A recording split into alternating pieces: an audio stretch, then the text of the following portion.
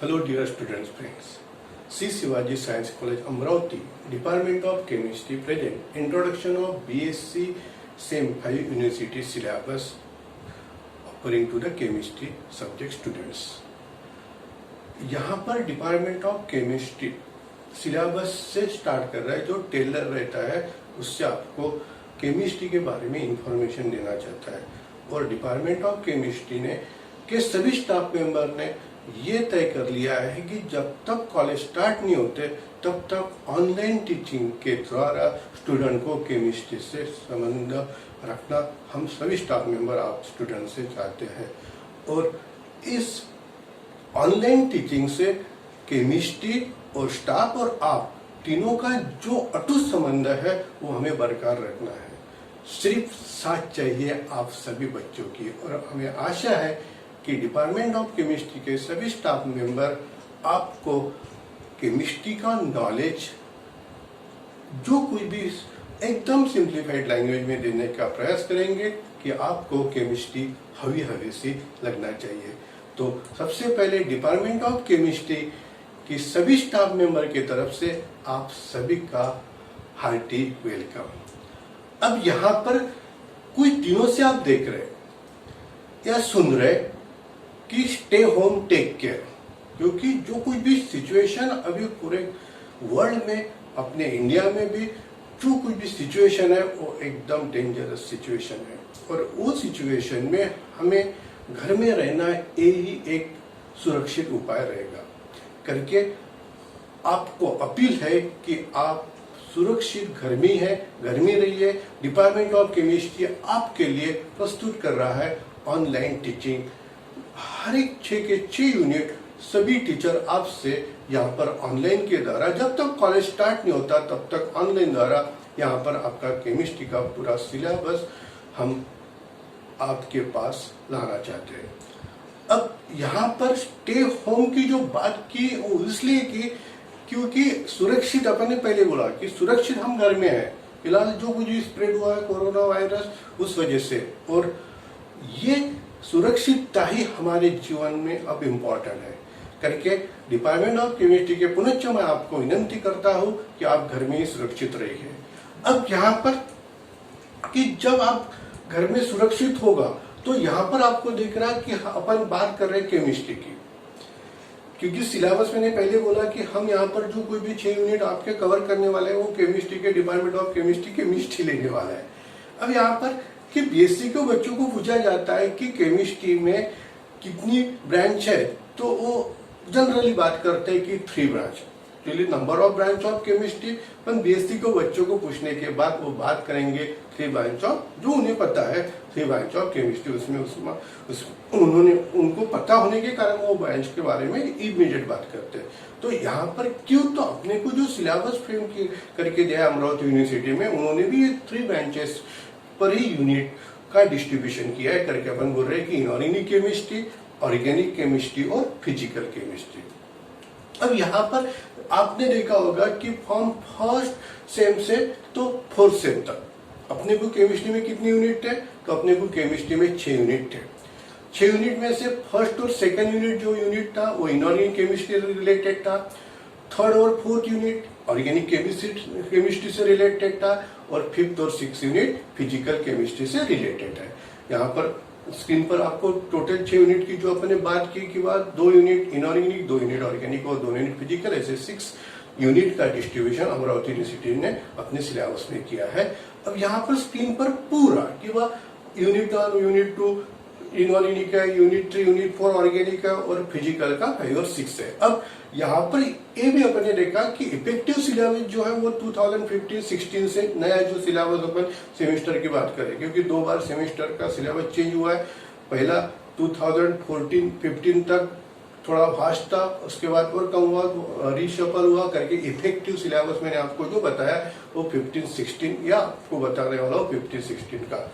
अब यहाँ पर देखो कि अपन ने पहला जो कोई भी बात किया यूनिट का वो इनऑर्गेनिक रिलेटेड यूनिट की बात किया और यहाँ पर अपन ने बोला कि unit number 1 divided Amravati university in syllabus the 2 part A है कोऑर्डिनेशन कंपाउंड, पार्ट बी है चिलेट। मीन्स 2 पार्ट में सिलेबस अपना यूनिट 1 का डिवाइड हुआ है।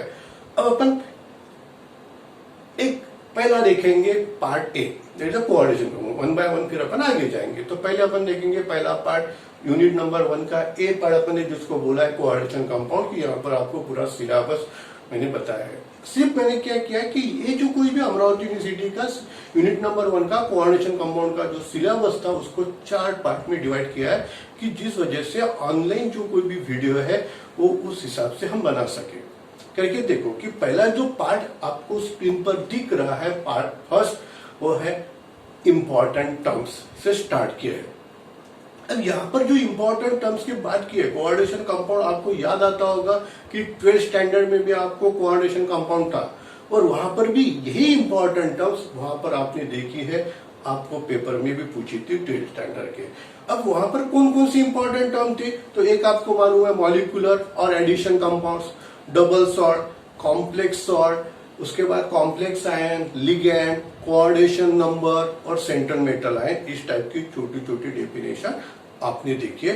वही डेफिनेशन यहाँ पर आपको और इस सेमेस्टर में भी देखना है। अब ये पार्ट होने के बाद 12 में ये भी सेकंड जो पार्ट आपको यहाँ पर दिख रहा सेकंड पॉइंट, वो है वर्नर्स थ्योरी।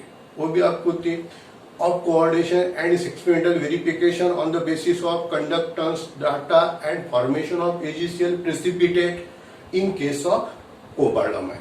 ये भी आपको 12th स्टैंडर्ड में था। मिस जो कोई भी अपन ने फर्स्ट पार्ट में इतना अपन वीडियो में कवर करने की कोशिश करने वाले हैं। अब सेकंड जो पार्ट है, सेकंड पार्ट में अपन क्या क्या कोशिश करने वाले, सिलेबस जो कोई भी अमरावती यूनिवर्सिटी का है तो उसमें आपने देखा है कि Sidgwick electronic interpretation and it's drawbacks. उसके बाद इफेक्टिव एटॉमिक नंबर आपको दिख रहा, इफेक्टिव एटॉमिक नंबर पर हमें प्रॉब्लम पूछे जाते हैं, विदाउट कैलकुलेशन सिंपल प्रॉब्लम रहते हैं, वो प्रॉब्लम रहते हैं। और उसके बाद 12th स्टैंडर्ड में भी आपने देखा IUPAC rules for nomenclature of coordination compounds. Means जो कुछ भी रूल्स है वो रूल्स से फिर अपने को कोऑर्डिनेशन कंपाउंड का नाम लिखना है, नॉमेनक्लेचर करना है।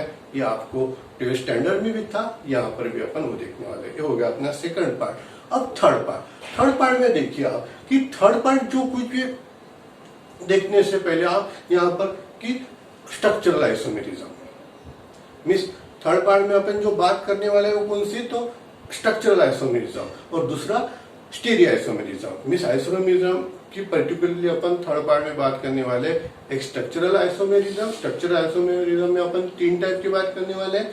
एक करने वाले हैं अपन आयनाइजेशन आइसोमेरिज्म, दूसरा लिंकेज आइसोमेरिज्म और तीसरा कोऑर्डिनेशन आइसोमेरिज्म। फिर ये हो गया स्ट्रक्चरल आइसोमेरिज्म की अपन ने 3 सब पार्ट किए। अब अपन ने सिलेबस के हिसाब से फिर स्टीरियो आइसोमेरिज्म। स्टीरियो आइसोमेरिज्म में सिलेबस में अपने को 2 टाइप के स्टीरियो आइसोमेरिज्म है, एक ज्योमेट्रिकल स्टीरियो आइसोमेरिज्म और दूसरा ऑप्टिकल आइसोमेरिज्म। सो स्टीरियो आइसोमेरिज्म में अपने का ज्योमेट्रिकल और ऑप्टिकल आइसोमेरिज्म, ये अपन थर्ड पार्ट में अपने वीडियो में देखने वाले हैं। अब लास्ट पार्ट है यूनिट नंबर 1A का VBT। VBT means valence bond theory. अब यहाँ पर valence bond theory as applied to the structure and bonding in complexes of 3D series element, कि यहाँ पर जो कोई भी अपन बात करने वाला है तो कौन से सीरीज की 3D मीन्स अपन बोलते हैं फर्स्ट ट्रांजिशन सीरीज एलिमेंट की अपन यहाँ पर बात करने वाले हैं। उसके बाद magnetic properties of complexes of 3D element और लास्ट में अपन बात करने वाले limitation of valence bond theory. So इतना पार्ट होगा अपना फोर्थ, और ये टोटल जो कुछ भी स्क्रीन पर दिख रहा ये होगा ये पार्ट कोऑर्डिनेशन कंपाउंड। अब इसके बाद अपन बी पार्ट पर जाने हैं। अब बी पार्ट पर देखो कि चिलेट, मींस यूनिट नंबर 1 का बी का पार्ट क्या है, चिलेट। चिलेट का जो कुछ भी सिलेबस अमरावती यूनिवर्सिटी का है उसमें आपको स्क्रीन पर देख रहे हैं कि उसको हमने 3 पार्ट में डिवाइड किया है। पहला part definition and classification of chelate, दूसरा part application of chelate in analytical chemistry, particularly यहाँ पर अपने इन एनालिटिकल केमिस्ट्री के बारे में उसके एप्लीकेशन देखने वाले हैं, और third part stability of chelate with special reference to chelate effect. Means इतनी बात अपन चिलेट में देखने वाले, 2 या 4 मार्क का क्वेश्चन चिलेट पर रहता है। अब यूनिट नंबर 1 होने के बाद अपन बात करेंगे यूनिट नंबर 2 की। Unit number 2 again related to the inorganic chemistry, और यहाँ पर again Amravati university divide this unit 2 into 2 part. Part A crystal field theory, that is the CFT, और part B electronic spectra of transition metal complexes.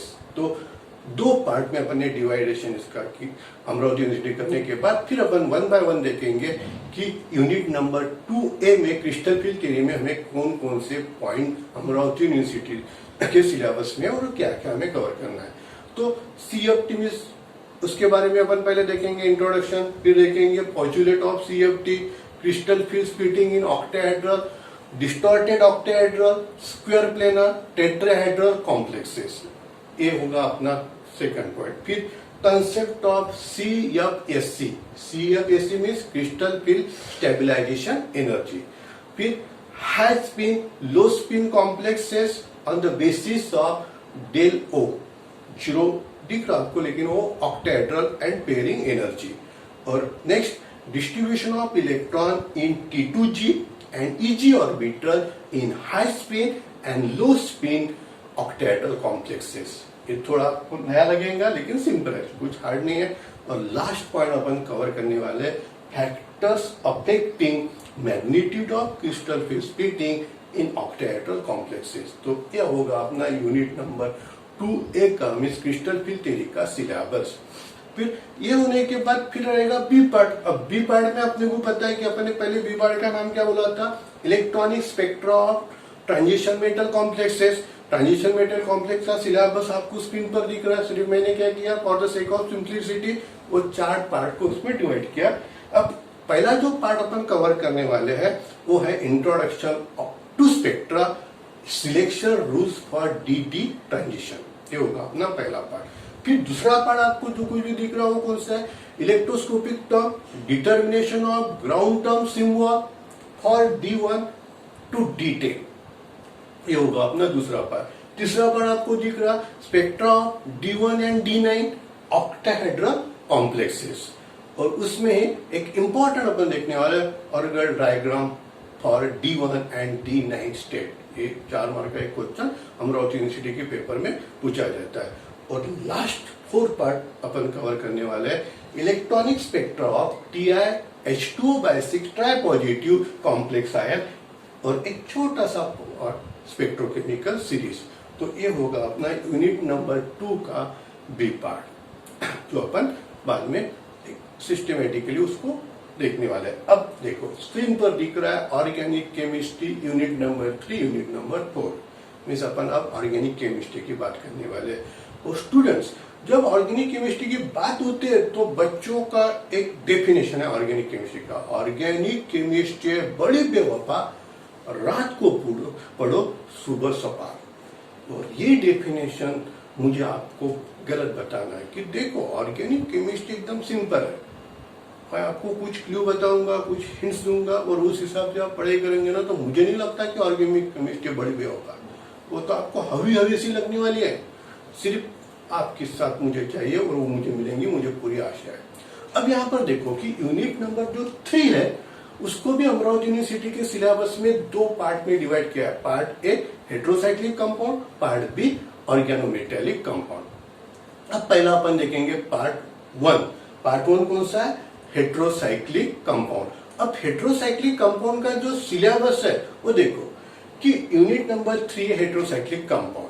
यहाँ पर उसको भी 2 part में मैंने डिवाइड किया है. पहला पार्ट लिया है पायरॉल, दूसरा लिया है पायरिडीन पिरिडीन. कोई पायरिडीन बोलता, कोई पिरिडीन बोलता करके मैं दोनों भी आपको प्रोनाउंसिएशन यहाँ पर बात करने वाला हूँ. अब देखो कि ऑर्गेनिक केमिस्ट्री जब होती है तो तब सबसे पहले आपने देखा टेस्ट स्टैंडर्ड से प्रिपरेशन. यहाँ पर भी अपना सबसे पहला पॉइंट कौन सा होगा, प्रिपरेशन, जो आपको दिख रहा स्क्रीन पर सिंथेसिस. Synthesis means preparation. अब यहाँ पर पायरॉल की हमें 3 प्रिपरेशन सिलेबस में दी है. एक कि preparation of pyrrole form acetylene, दूसरा प्रिपरेशन ऑफ पायरॉल फॉर्म सक्सिनामाइड और तीसरा प्रिपरेशन ऑफ पायरॉल फॉर्म फ्यूरॉल. ये 3 प्रिपरेशन, कभी कभी 2 प्रिपरेशन भी में पूछी जाती है. यहाँ पर 4 मार्क का क्वेश्चन पायरॉल पे होता है, 4 मार्क का क्वेश्चन पायरिडीन पे और 4 मार्क का क्वेश्चन होता है बी पार्ट ऑर्गेनोमेटेलिक कंपाउंड पे करके पायरॉल. कभी कभी तो ऐसा भी हो सकता है कि प्रिपरेशन में भी क्वेश्चन निकल जाता है, लेकिन अपने को सिलेबस पूरा कवर करना है. दूसरा पॉइंट आपको जो कोई भी अपन कवर करने वाला है वो है बेसिसिटी। यहाँ पर बेसिसिटी में देखो बेसिक नेचर ऑफ पैरॉल और acidic nature of pyrrole means both nature acidic as well as basic, वो यहाँ पर अपने को प्रूव करके देना है कि पैरॉल एसिडिक भी है, पैरॉल बेसिक भी है। क्यों है वो अपन बाद में डिस्कस करने लगे विथ एग्जांपल। फिर नेक्स्ट जो पार्ट दिख रहा है वो है इलेक्ट्रॉनिक सब्स्टिट्यूशन रिएक्शन और ओरिएंटेशन। यहाँ पर अपने को से बात करना है मीन्स मैकेनिज्म कि अटैक कौन सी पोजीशन होगी तो मोस्ट फेवरेबल प्रोडक्ट होगा। जैसा आप इसके पहले अपन ने देखा कि कभी ऑर्थो पर अटैक करते हैं, कभी प्यारा पे, कभी मेटा पे, फिर कहाँ पर प्यारा प्रोडक्ट होता, कहाँ पर मेटा होता। तो ये जो कुछ भी अपन बात इसके पहले की, यहाँ पर भी कि अटैक कौन सी पोजीशन पर होगा तो मोस्ट फेवरेबल प्रोडक्ट कौन सा होगा, मेजर यील्ड कहाँ पर होगी, ये यहाँ से आपको प्रूव करके देना है। और फिर अपन लास्ट जो कोई भी इसकी केमिकल रिएक्शन होती है तो 4 टाइप की केमिकल रिएक्शन है इलेक्ट्रोफिलिक सब्स्टिट्यूशन की means attack of electrophile on pyrrole, nitration, sulphonation, acetylation और हेलोजनेशन। और सबसे नीचे आपको दिख रहा मॉलिक्यूलर ऑर्बिटल स्ट्रक्चर। आपको याद आता होगा कि मॉलिक्यूलर ऑर्बिटल स्ट्रक्चर आपको बीएससी फर्स्ट सेम में था, थर्ड सेम में भी था, मीन सेकंड ईयर में जैसे आप आए थर्ड सेम में, तो फर्स्ट सेम में आपने सुना होगा या आपने पढ़ा भी है, सुना क्या पढ़ा है, किया भी है, लिखा भी होगा। तो मॉलिक्यूलर ऑर्बिटल डायग्राम और स्ट्रक्चर और पिक्चर ऑफ बेंजीन, ठीक है, आया समझ में। उसके बाद फिर आपने मॉलिक्यूलर ऑर्बिटल डायग्राम और पिक्चर और स्ट्रक्चर ऑफ नेफ्थलीन, ये भी आपने सेकेंड ईयर में देखा है। बस वही कंसेप्ट हमें यहाँ पर यूज करना है कि क्या करना है, हमें मॉलिक्यूलर ऑर्बिटल डायग्राम ऑफ पैरॉल यहाँ पर ड्रॉ करके बताना है कि सिग्मा बॉन्ड कितना, पाई बॉन्ड कितना, और ये सब चीजें अपन फिर अपन बाद में डिस्कस करने वाले हैं। तो ये हो गया अपना फर्स्ट पॉइंट पैरॉल। अब दूसरा पॉइंट जो है पैरिडीन। पैरिडीन का जो सिलेबस आपको स्क्रीन पर दिख रहा है तो उसमें सबसे पहला है सिंथेसिस प्रिपरेशन। पैरॉल में 3 मेथड थी, यहाँ पर हमें 2 ही मेथड है। एक की preparation of pyridine from acetylene, वहां पर भी था preparation of pyrrole from acetylene, यहाँ पर है preparation of pyridine from acetylene. दूसरी जो मेथड हमें सिलेबस में दिया है preparation of pyridine from pentamethylene diamine hydrochloride. तो ये हो गया हमें 2 मेथड, एक फ्रॉम एसिटिलीन, दूसरा पेंटामिथिलीन डायमाइन हाइड्रोक्लोराइड। फिर अपन जाने वाले हैं बेसिसिटी। यहाँ पर हमें एक ही नेचर है, बेसिक नेचर ऑफ पैरॉल करके अपन बेसिक नेचर के बारे में कि पैरिडीन के बारे में कि बेसिक नेचर ऑफ पैरिडीन। अब इलेक्ट्रोफिलिक सब्स्टिट्यूशन। इलेक्ट्रोफिलिक सब्स्टिट्यूशन में मैंने पहली बात किया कि ओरिएंटेशन से हमें स्टार्ट करना है कि कौन सी पोजीशन पे अटैक मोस्ट फेवरेबल है, और यहाँ पर भी अपन देखेंगे कि मोस्ट फेवरेबल अटैक कौन सी पोजीशन पे होती है। और उसके बाद हमें 2 इलेक्ट्रोफिलिक सब्स्टिट्यूशन की रिएक्शन रहेगी, एक नाइट्रेशन और दूसरा सल्फोनेशन। लास्ट देखो कि जो अपन ने पैरॉल में बात नहीं की थी, अपन ने न्यूक्लियोफिलिक सब्स्टिट्यूशन की पैरॉल में बात नहीं की थी, लेकिन यहाँ पर हमें दिख रहा कि न्यूक्लियोफिलिक सब्स्टिट्यूशन रिएक्शन हमारे को पैरिडीन का है, means attack of nucleophile on pyridine, that's meaning. Means electrophile भी अटैक होता है पैरिडीन पे और न्यूक्लियोफाइल भी अटैक। सिर्फ पोजीशन कहाँ होती है वो अपन बाद में देखने वाले हैं कि इलेक्ट्रोफाइल होगा तो कहाँ अटैक होगा, मोस्ट फेवरेबल पोजीशन कौन सी होगी, और न्यूक्लियोफाइल होगा तो मोस्ट फेवरेबल पोजीशन पैरिडीन पर अटैक होने के लिए कौन सी रहेगी। और हमें फिर 3 टाइप की केमिकल रिएक्शन है, एक NaNH2 सोडामाइड, दूसरा C6H5Al और तीसरा KOH। तो इस हिसाब से अपना यूनिट नंबर 3 का जो ए पार्ट था वो अपन ने यहाँ पर कवर किया। अब बी पार्ट अपन ने देखा, बी पार्ट कौन सा है, ऑर्गेनोमेटेलिक कंपाउंड। अब देखो कार्बन और मेटल के बीच में जो मेटल के बीच में बॉन्ड होगा तो उसको बोला जाता है organometallic compound. Simple, at least 1 carbon metal bond in an organic compound, we say it is called as the organometallic compound। समझ में है कि कार्बन और मेटल के बीच में बॉन्ड होगा तो ऐसे कंपाउंड को अपन बोलेंगे ऑर्गेनोमेटेलिक कंपाउंड। और हमारे सिलेबस में 2 टाइप के ऑर्गेनोमेटेलिक कंपाउंड है, एक कार्बन और मैग्नीशियम के बीच में बॉन्ड होगा तो अपन बोलते हैं उसको ऑर्गेनो मैग्नीशियम कंपाउंड, और कार्बन और लिथियम के बीच बॉन्ड होगा तो उसको बोलते हैं अपन ऑर्गेनो लिथियम कंपाउंड। मीन्स एक ऑर्गेनो मैग्नीशियम कंपाउंड और दूसरा अपन ने देखा ऑर्गेनो लिथियम कंपाउंड। अब यहाँ पर देखो कि हमारे को जो कुछ भी अल्किल ग्रुप होता है, जैसा आपने सुना होगा कि Grignard reagent means organo magnesium compound, तो मैग्नीशियम को जो अल्किल ग्रुप अटैच होता है वो यहाँ पर पर्टिकुलरली 5th सेम में हमें सिर्फ और सिर्फ एक ही अल्किल ग्रुप है CH3, मिथिल मैग्नीशियम ब्रोमाइड, और वैसा ही ऑर्गेनोलिथियम कंपाउंड में जो कोई भी अल्किल ग्रुप है वो भी मिथिल है करके हमने सिलेबस का यहाँ पर आपको नाम दिख रहा Mithil lithium, means alkyl group क्या है CH3। तो पर्टिकुलरली आपके दिमाग में फिक्स करके आपको रखना है कि अल्किल ग्रुप जो होगा ऑर्गेनोमेटेलिक कंपाउंड में, चाहे वो रिग्नार रिएजेंट रहे या ऑर्गेनोलिथियम कंपाउंड रहे, अल्किल ग्रुप क्या होगा CH3, that's the final. So as per our syllabus means आपको बाकी केमिकल रिएक्शन करते समय फिर कंफ्यूजन नहीं होगा। यहाँ पर अपने पहले ही तय कर लिया कि अल्किल ग्रुप क्या है CH3 नॉट C2H5, ओनली एक ही हमारे सिलेबस में CH3।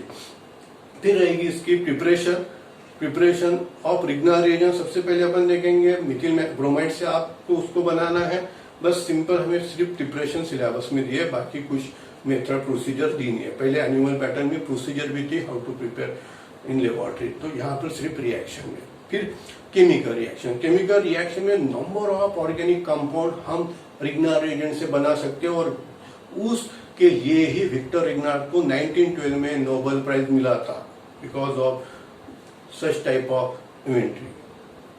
तो organic number of organic compound अपन रिग्नार रिएजेंट से बना सकते हैं, ये अपन को यहाँ पर देखना है। इलेक्ट्रोलिक सब्स्टिट्यूशन या न्यूक्लियोफिलिक सब्स्टिट्यूशन या अदर रिएक्शन से अपन यहाँ पर जो कोई भी हमारे सिलेबस में रिएक्शन है वो अपन देखने वाले हैं कि हम अल्किन भी बना सकते हैं, अल्किन भी बना सकते हैं, हायर अल्काइन भी बना सकते हैं, अदर ऑर्गेनिक कंपाउंड भी बना सकते हैं। न्यूक्लियोफिलिक सब्स्टिट्यूशन या यूज करके समय हम अल्डिहाइड के साथ रिएक्शन कर सकते हैं, कीटोन के साथ रिएक्शन कर सकते हैं, इथिलीन ऑक्साइड के साथ रिएक्शन कर सकते हैं, एसिटिल क्लोराइड के साथ, मिथिल साइनाइड के साथ एंड CO2 के साथ रिएक्शन हो। और ऐसा करने के बाद हमें नंबर ऑफ ऑर्गेनिक कंपाउंड के न्यू कंपाउंड मिलेंगे जिसको अपन बोलते हैं डेरिवेटिव ऑफ ऑर्गेनिक कंपाउंड, तो by using the Grignard reagent. यहाँ पर एक थोड़ा सा क्लू आपको देना चाहता हूँ कि सपोज कि हमें प्राइमरी अल्कोहल, सेकेंडरी अल्कोहल और टर्शियरी अल्कोहल रिग्नार्ड रिएजेंट से बनाना है। अब प्राइमरी अल्कोहल बनाना होगा तो एक तो अपन और कहां से बनाना है, रिग्नार रिएजेंट से। तो रिग्नार रिएजेंट अपन ने पहले तय कर लिया कि हमारा रिग्नार रिएजेंट कौन होगा, CH3MgBr, मीन्स एक तो फिक्स हो गया कंपाउंड। फिर दूसरा कंपाउंड हमें कौन सा चाहिए कि हम वहां पर प्राइमरी अल्कोहल बना सकते हैं, तो दूसरा कंपाउंड हमें चाहिए formaldehyde, means Mithil magnesium bromide plus formaldehyde. फिर हमें जो फाइनल प्रोडक्ट मिलेगा वो कौन सा होगा, प्राइमरी अल्कोहल। है समझ में, मीन्स फॉर्मल्डिहाइड होगा तो प्राइमरी अल्कोहल। अब देखो सेकेंडरी अल्कोहल बनाना होगा तो मिथिल मैग्नीशियम ब्रोमाइड प्लस एसिटाल्डेहाइड होगा तो सेकेंडरी अल्कोहल। और नेक्स्ट थर्ड कि टर्शियरी अल्कोहल हमें प्रिपेयर करने के लिए पूछा अमरावती यूनिवर्सिटी के पेपर में, तो वहां पर हमें एक तो फिक्स है कौन, CH3MgBr प्लस कौन चाहिए, एसीटोन। कौन चाहिए, एसीटोन। प्रोडक्ट क्या होगा फाइनल, टर्शियरी अल्कोहल। मीन्स यहाँ से मैंने क्लू दिया कि प्राइमरी अल्कोहल बनाना होगा, सेकेंडरी अल्कोहल बनाना होगा, टर्शियरी अल्कोहल बनाना होगा, तो हमें सेकंड कंपाउंड कौन चाहिए कि जिस वजह से हमें जो कोई भी आपने डेफिनेशन बोला था ऑर्गेनिक केमिस्ट्री बड़ी बेवफा नहीं बेवफा सिंपल, तो यहाँ पर आपको पता चलेगा। और ऐसे ऐसे नंबर ऑफ ऑर्गेनिक कंपाउंड अपन बाद में बनाने वाले हैं। फिर आप सेकंड पॉइंट देखो, मिथिल लिथियम। सिर्फ पहले इसमें क्या था, CH3MgBr, अपने MgBr को रिप्लेस किया बाय Li, कंपाउंड क्या हो गया, मिथिल लिथियम। मीन्स सिंपल है, जैसा वहां पर अपने रिएक्शन देखा सेम रिएक्शन, वहां पर थोड़ी रिएक्शन ज्यादा थी रिग्नार रिएजेंट में, मिथिल लिथियम में थोड़े अपने को कम रिएक्शन है। अब मिथिल लिथियम में सबसे पहला पॉइंट कौन सा होगा, सिंथेसिस, दैट मीन्स प्रिपरेशन। उसके बाद केमिकल रिएक्शन में वाटर के साथ केमिकल रिएक्शन, फॉर्मल्डिहाइड के साथ रिएक्शन करेंगे तो क्या मिलेगा, प्राइमरी अल्कोहल। एसिटाल्डेहाइड के साथ रिएक्शन करेंगे तो प्रोडक्ट क्या होगा, सेकेंडरी अल्कोहल। और एसीटोन के साथ रिएक्शन करेंगे तो प्रोडक्ट क्या होगा, टर्शियरी अल्कोहल। और उसके बाद इथिलीन ऑक्साइड के साथ रिएक्शन करेंगे तो हमें मिस्टेट चेन अल्कोहल मिलेगा, प्राइमरी अल्कोहल मिलेगा। और CO2 के बारे में मैं यहाँ पर नहीं बताऊंगा, बाद में अपन डिस्कस करेंगे कि CO2 के साथ रिएक्शन किए तो हमें प्रोडक्ट क्या मिलेगा। तो ये होगा अपना बी पार्ट ऑर्गेनोमेटेरिक कंपाउंड। अब जाने वाले अपन यूनिट नंबर 4। जो कोई भी आपको स्क्रीन पर दिख रहा अमरावती यूनिवर्सिटी के सिलेबस में 3 पार्ट में हमें दिया गया है। पहला पार्ट है डाइज, दूसरा है ड्रग्स और तीसरा है पेस्टिसाइड्स। अब देखो कि 1 बाय 1 अपन देखेंगे कि यूनिट नंबर 4 का एक पार्ट और कंटेंट जो कोई भी है डाइज के वो आपको दिख रहे हैं। पहला जो कोई पॉइंट्स अपन अपन देखेंगे वो कौन सा है, classification on the basis of structure and mode of application. Means ये होगा अपना पहला पॉइंट कि सिंपल है कि क्लासिफिकेशन करेंगे अपन on the basis of structure, और वहां से फिर अपन बताएंगे कि कितने टाइप के डाइस है, कौन कौन सा फंक्शनल ग्रुप प्रेजेंट रहता है, और उसके बाद मोड ऑफ एप्लीकेशन से भी अपन वहां पर बात करने वाले हैं। यहाँ पर कभी कभी 2 या 4 मार्क का क्वेश्चन कभी कभी पूछा जाता है, लेकिन बाकी जो कोई भी पॉइंट सेकंड से 6 तक आप देख रहे हैं तो आपको पहला वाला जो कोई भी वर्ड दिख रहा है प्रिपरेशन, मीन्स हमें 5 प्रिपरेशन रहेगी जो कोई भी स्क्रीन पर आप देख रहे हैं। पहली जो प्रिपरेशन है uses of Mithil orange. Mithil orange का नाम इसके पहले आपने बहुत बार सुना है। इस सेमेस्टर में आपको मिथिल ऑरेंज की प्रिपरेशन करना है, 4 मार्क के लिए प्रिपरेशन पूछी जाती है। फिर दूसरी प्रिपरेशन हमारे को रहती है preparation and uses of crystal violet. तीसरी प्रिपरेशन है preparation and uses of phenolphthalein. Next preparation and uses of alizarin, और लास्ट है preparation and uses of indigo. इससे पहले जो 3 मैंने नाम लिए, मिथिल ऑरेंज, क्रिस्टल वायलेट और फिनोल्फ्थेलिन, वो आपके जाने पहचाने नाम है। सिर्फ 4th और 5th नाम आपको नया लगता होगा, लेकिन सिंपल है, कुछ नहीं। यहाँ पर अपन ने कितनी प्रिपरेशन देखा बेटा, 5, और पूछी कितनी जाएंगे हमें पेपर में 2। कौन सी भी 2 प्रिपरेशन रहेंगी 4 मार्क के लिए। तो ये हो गया अपना डाइस का पार्ट। अब डाइस में अपन ने देखा कि हमें मैक्सिमम कभी कभी तो प्रिपरेशन में क्वेश्चन मिल जाता है। अब नेक्स्ट पार्ट है यूनिट नंबर 4 का बी पार्ट, ड्रग्स। अब यहाँ पर देखो कि आज कोरोना वायरस के डर से डर से हम हर एक डर जी रहे। क्यों जी रहे? क्योंकि उस पर अभी भी ड्रग्स नहीं निकला, और करके हमें बोला जाता है कि स्टे होम, क्योंकि ड्रग्स उस पर नहीं है। ड्रग्स रहता था तो हम डर के नहीं जी रहे। लेकिन कुछ दिनों के बाद केमिस्ट्री वाले लोग यहाँ पर ड्रग्स ढूंढेंगे, और फिर आपका जो डर है वो चला जाएगा कोरोना वायरस के बारे में। क्योंकि आपको पता है कि आज यहाँ पर number of country, number of pharmaceutical industry उस पर रिसर्च कर रही है। कभी कभी बोला जाता है कि अगस्त में उस पर ड्रग्स आ जाएगा, वैक्सीनेशन आ जाएगा, लेकिन अपन देखेंगे जब कभी आएगा तब तक अपन अपना काम करेंगे। और यहाँ पर आपको एक देखा कि यहाँ पर जो कोई भी काम हो रहा है वो ड्रग्स पर मैन्युफैक्चरिंग, वो क्या के लिए एंटी करके केमिस्ट्री एक ऐसा सब्जेक्ट है कि जो फार्मास्यूटिकल इंडस्ट्री का बेस है। और करके यहाँ पर मैं बार बार बात कर रहा हूँ कि आपको जॉब 100% रहेगा, सिर्फ और सिर्फ इंटरेस्ट डेवलप आपको केमिस्ट्री में करना है, और आपको जॉब लेना ही है। प्लेसमेंट होगा ही, 100% होगा। कोई नहीं बोल सकता कि आपको प्लेसमेंट नहीं है करके, सिर्फ आपको डेवलप करना है नॉलेज पॉइंट ऑफ व्यू। अब यहाँ पर भी ड्रग्स के अमरावती यूनिवर्सिटी सिलेबस में अपने को 3 पार्ट में अपन ने डिवाइड किया। एक देखा अपन ने एनाल्जेसिक एंड एंटीपायरेटिक, दूसरा देखा अपन ने सल्फा ड्रग, और तीसरा देखा अपन ने एंटी मलेरिया। तो यहाँ पर देखो कि एनाल्जेसिक और एंटीपायरेटिक, टीवी पर आप ऐड देखते, क्या होगा, तो मुझे दर्द हो रहा, दर्द मीन्स पेन। तो जैसे ही दर्द होता है तो मम्मी या घर में जो कोई भी बुजुर्ग होगा वो तो होता है कि पेन किलर ले ले, मीन्स एनाल्जेसिक्स जो कोई भी होगा वो झट से उसका नाम लेता है।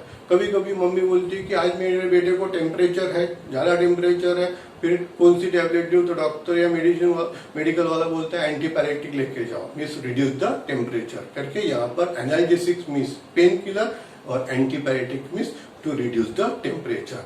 और इस पर हमें प्रिपरेशन हमारे सिलेबस में कि preparation and uses of phenylbutazone, means analgesics और एंटीपायरेटिक में अपन कौन सी प्रिपरेशन देखने वाले हैं, preparation and uses of phenylbutazone, जो 4 मार्क के लिए पूछे जाते हैं। अब उसके बाद सेकंड पॉइंट कौन सा अपना, तो सल्फा ड्रग्स। एक्चुअली 5 टाइप के सल्फा ड्रग्स है, उसमें से हमारे सिलेबस में सिर्फ 2 टाइप के ही सल्फा ड्रग्स है। एक है सल्फानिलमाइड और दूसरा है सल्फाडाइसिन। 2 टाइप, 2 में से एक आएगा 4 मार्क के लिए। फिर थर्ड देखो, जब बारिश आती है, जब बारिश का स्टार्टिंग में बारिश आती है तो नंबर ऑफ बीमारियां वो बारिश के साथ हमारे एरिया में, हमारे कंट्री में आती है। वही में से एक आपको पता होगा मलेरिया, कि जो कुछ भी क्या होगा तो मलेरिया हो गया, क्या होगा तो मलेरिया हो गया। तो ये मलेरिया जब होता है तो उसके लिए जो ड्रग चाहिए एंटी मलेरिया ड्रग्स। और आपने सुना होगा कि ये कोरोना वायरस में अमेरिका या बाकी भी कंट्री ने एंटी मलेरिया ड्रग्स हमसे खरीदे हैं और हमारे देश में भी उनको दिए हैं, क्योंकि एक वहाँ पर ड्रग्स कुछ हद तक कोरोना वायरस को जो कोई भी पेशेंट है उनको रिलीफ मिलने के लिए ये ड्रग्स का यूज हुआ है। अमेरिका में भी अदर कंट्री में भी करके एंटी मलेरिया ड्रग्स एक कोरोना वायरस के लिए एक औषध मेडिसिन करके यूज किया गया है। तो यहाँ पर एंटी मलेरिया ड्रग्स जो कोई भी है वो कौन सा है, तो क्लोरोक्विन, क्या नाम है, chloroquine. Chloroquine means anti malaria drugs. और ये जो कोई भी ड्रग्स है वो कैसे प्रिपेयर किया जाता है, तो 4,7 डाइक्लोरोक्विनोलिन इससे प्रिपेयर। एक्चुअली ये 3 स्टेप प्रिपरेशन है, स्टेप 1, स्टेप 2, स्टेप 3। स्टेप 3 में हमें ये क्लोरोक्विन मिलता है। अपन देखेंगे जब आप इसकी प्रिपरेशन देखेंगे, फर्स्ट स्टेप में क्या है, सेकंड स्टेप में, थर्ड स्टेप में। तो इस टाइप से अपन ने देखा कि हमें ड्रग्स में 3 टाइप है, एक एनाल्जेसिक्स, एंटीपैरेटिक, दूसरा सल्फा ड्रग और तीसरा एंटी मलेरिया।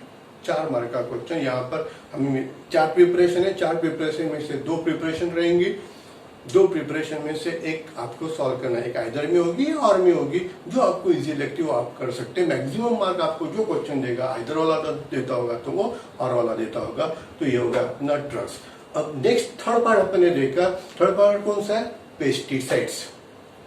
अब पेस्टिसाइड देखो कि जो फार्मर के बच्चे उनको तो इसके बारे में ज्यादा पता हो, क्योंकि कौन सा पेस्टिसाइड कहाँ पर यूज किया जाता है, ये सब उनका नॉलेज मैक्सिमम अन्य फार्मर के बच्चों का या फार्मर का नॉलेज होता है, क्योंकि उनको जो कोई भी एग्रीकल्चर क्रॉप्स पर इसका मैक्सिमम यूज करना पड़ता। तो यहाँ पर देखो कि पेस्टिसाइड जो कुछ भी है, तो क्लासिफिकेशन अपने को है कि क्लासिफिकेशन में 4 टाइप के पेस्टिसाइड है, आपको स्क्रीन पर लिख रहा। पहला वर्ड है आई, दूसरा है यच, तीसरा है यप और चौथा है आर। मीन्स ये वर्ड से आप बता सकते हैं कि क्लासिफिकेशन में पहला कौन सा है। तो देखो आई का मतलब क्या होता है, इंसेक्टिसाइड्स, समझे। दूसरा कौन सा है, यच। यच का मतलब क्या होता है, हर्बिसाइड्स, गुड। थर्ड कौन सा है, यप। यप मीन्स फंजीसाइड। और लास्ट है R. R means mouse. Mouse means rodenticides.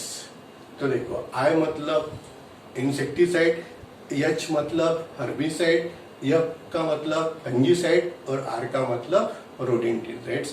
तो इस टाइप से अपन ने क्लासिफिकेशन, देखो सिर्फ आई यच यप आर, इस पर तो अपन ने क्लासिफिकेशन बनाई, कुछ हार्ड है नहीं है करके आपको इस टाइप से पढ़ाई करना पड़ेगा कि जिस हमें हार्ड नहीं लगेगा। अब यहाँ पर जो 4th नंबर का अपन ने देखा रोडोंटिसाइड, उसकी प्रिपरेशन नहीं है। पहले वाले 3 की प्रिपरेशन, एक प्रिपरेशन है, उसमें से 3 प्रिपरेशन हमारे कुछ सिलेबस में रहेंगी, 1 प्रिपरेशन हमें पेपर में लिखना है 4 मार्क के लिए। तो ये हो गया अपना सी पार्ट यूनिट नंबर 4 का। अब देखो कि ऑर्गेनिक यहाँ पर अपना खत्म हुआ। ऑर्गेनिक खत्म होने के बाद अपन कहाँ पर जा रहे हैं, फिजिकल केमिस्ट्री। और फिजिकल केमिस्ट्री के कितने यूनिट हो गए, 2 यूनिट, यूनिट नंबर 5 और यूनिट नंबर 6। अब यूनिट नंबर 5 कौन सा है, फोटोकेमिस्ट्री, और यूनिट नंबर 6 कौन सा है, मॉलिक्यूलर केमिस्ट्री। अब यहाँ पर अपन पहले देखेंगे यूनिट नंबर 5 फोटोकेमिस्ट्री। अब यूनिट नंबर 5 जो फोटोकेमिस्ट्री फिजिकल का, तो यदा कदाचित आपको केमिस्ट्री में इंटरेस्ट होगा, आपको ऐसा लग रहा है कि मुझे एमएससी केमिस्ट्री करना है बीएससी के बाद, तो ये फोटोकेमिस्ट्री आपको एमएससी में भी होगा करके ये यूनिट का आपको एमएससी में भी काम करने वाला है, यदा कदाचित आपका इंटरेस्ट होगा। तो यहाँ पर जो कोई भी पॉइंट आप पर पॉइंट स्क्रीन पर दिख रहे, तो पहला पॉइंट कौन सा है, फोटोकेमिकल एंड थर्मल सीरीज, ये हमें हम देखने वाले हैं। उसके बाद सेकंड है स्टेटमेंट एंड डेरिवेशन ऑफ, पहला वाला लैम्बर्ट्स लॉ, दूसरा वाला बियर्स लॉ। यहाँ पर 4 मार्क का क्वेश्चन में पूछा जाता है। बियर्स लॉ यहाँ पर कौन सी यूनिट में है, unit number 5, it is related to the physical. यही बियर्स लॉ जब आप 6th सेमिस्टर में आओगे तो यूनिट नंबर 1 में होगा। देखो यहाँ पर फिजिकल में, वहां पर इनऑर्गेनिक में, और बियर्स लॉ वहां पर भी होगा 4 मार्क के लिए, यूनिट नंबर 6 में भी इनका मेरे को इंपॉर्टेंस है।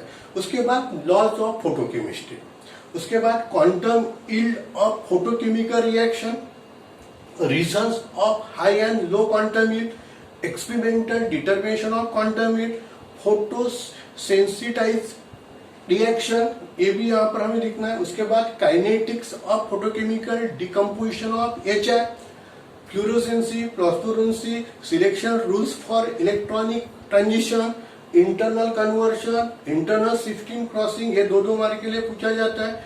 Explanation of fluorescence and phosphorescence, और उसके बाद ऑन द बेसिस ऑफ, ये हमें जॉब लोन्स की डायग्राम एक्सप्लेन करना है, जो 4 मार्क का क्वेश्चन होता है। और केमिल्यूमिनेंसी एंड बायोल्यूमिनेंसिस विद एग्जाम्पल भी हमें कभी कभी 2 मार्क के लिए पूछा जाता है।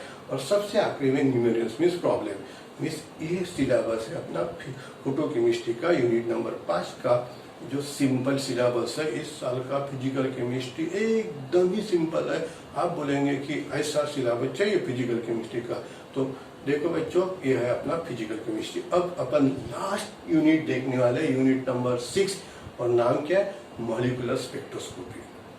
देखो, स्पेक्ट्रोस्कोपी एक ब्रांच है ऑर्गेनिक केमिस्ट्री की, और यहाँ पर अपन सिर्फ एक सिलेबस, एक यूनिट देखने वाले हैं। तो करके आपको ये कंसेप्ट वाला यूनिट रहेगा, लेकिन इतना इम्पोर्टेंट यूनिट है कि ये पूरा जब तक आपका, चाहे वो फिजिक्स में आप जाते होंगे वहां पर भी काम आएगा, और केमिस्ट्री में तो उसका काम आने वाला ही है। और यदा कदाचित आप 6 सेमेस्टर में गए तो ये यूनिट आपको ऑर्गेनिक केमिस्ट्री में होगा। अरे यहाँ पर फिजिकल केमिस्ट्री में, वहां पर ऑर्गेनिक, ये तो बहुत ही होगा। तो वहां पर ऑर्गेनिक केमिस्ट्री का यूनिट नंबर 3 और यूनिट नंबर 4 में अपन स्पेक्ट्रोस्कोपी की बात करने वाले हैं, कि जहां पर UV spectroscopy, IR spectroscopy, NMR spectroscopy, mass spectroscopy, इस टाइप के अपना सिलेबस होगा। वहां पर अपन ज्यादा डिटेल, अब यहाँ पर जो कोई भी सिर्फ हमें बेसिक पार्ट है, और लेकिन ये पार्ट हमारे को इम्पोर्टेंट है यूनिट नंबर 6 में। इवन मीन्स फिजिक्स के जो स्टूडेंट है उनको भी एमएससी जब वो करेंगे फिजिक्स, तो वहां पर वो काम आएगा। तो यहाँ पर देखो, इलेक्ट्रोमैग्नेटिक रेडिएशन, फिर type of spectra, translational, vibrational, rotational and electronic motion. उसके बाद the degree of freedom in each motion, यहाँ पर प्रॉब्लम पूछे जाते हैं, 6 सेमेस्टर में भी इस पर प्रॉब्लम होगी। फिर condition for pure rotational spectrum, selection rule, इस टाइप का पॉइंट अपन ने देखा। Derivation of expression for movement of inertia, फिर condition for exhibiting vibrational spectra, जिस पर आईआर एक्टिव मॉलिक्यूल कौन सा, ये अपन यूनिट नंबर 3 में बी पार्ट में देखने वाले। फिर कहां पर? 6 सेमेस्टर में, मीन्स ये बेस है अपना, देखो 6 सेमेस्टर का करके मैं बोल रहा हूँ कि इस पर ज्यादा ध्यान देना। फिर वहां उसके बाद vibrational energy level for simple harmonic oscillator, फिर 0 point energy, position of a spectral line, determination of 4 constant of a covalent bond, Raman effect, Raman spectrum of a molecule, ये भी एक क्वेश्चन इंपॉर्टेंट रहता है। Condition for exhibiting Raman spectrum, Raman active molecule के बारे में information रहेंगे। और pure rotational spectrum of diatomic molecule, vibration Raman spectrum of diatomic molecule, ये पार्ट होगा। और सबसे आखिरी देखेंगे अपन प्रॉब्लम मिस न्यूमेरिकल, मिस इस टाइप से अपन मॉलिक्यूलर स्पेक्ट्रोस्कोपी में इतने पॉइंट आपके कवर होने वाले हैं। और ये बेस है अपना यूनिट नंबर 3 और यूनिट नंबर 4 सेमेस्टर 6 करके। इसके तरफ आपको ज्यादा ध्यान देना है इस सेमेस्टर में। देखो बेटा, अब यहाँ पर जो कोई भी अपन ने 6 यूनिट देखे, पूरे 6 यूनिट का सिलेबस आपके साथ रखा है मैंने। आपको कुछ भी क्यूरी होगी, डाउट होगे, तो यहाँ पर मेरा एड्रेस, नाम, एड्रेस, मोबाइल नंबर, ईमेल दिया हुआ है। आप कभी भी मुझसे कांटेक्ट कर सकते हैं। सिर्फ आपको कुछ सजेशन हो गए तो आप मुझे वो भी दे सकते हैं, क्योंकि वो ज्यादा मेरे लिए अच्छा होगा। क्योंकि आपको इसके बाद जो मैं पढ़ाने वाला हूँ, तो वो सजेशन से मुझे आइडिया आ जाएंगे कि आपको और क्या क्या इनोवेटिव या कौन सी फ्रीक्वेंसी में आपसे बात करना है। तो बच्चों, आप ये एड्रेस पर मुझे कांटेक्ट कर सकते हैं, मोबाइल पर या ईमेल पे भी आप मुझे आपके सजेशन दे सकते हैं। अब ये जो 6 यूनिट अपन ने देखे, ये 6 यूनिट सही में आपको अच्छे लगे होंगे, तो आपको लाइक करना है, आपके फ्रेंड्स को शेयर करना है और सब्सक्राइब करना है। Thank you, bye bye, have a good day, take care.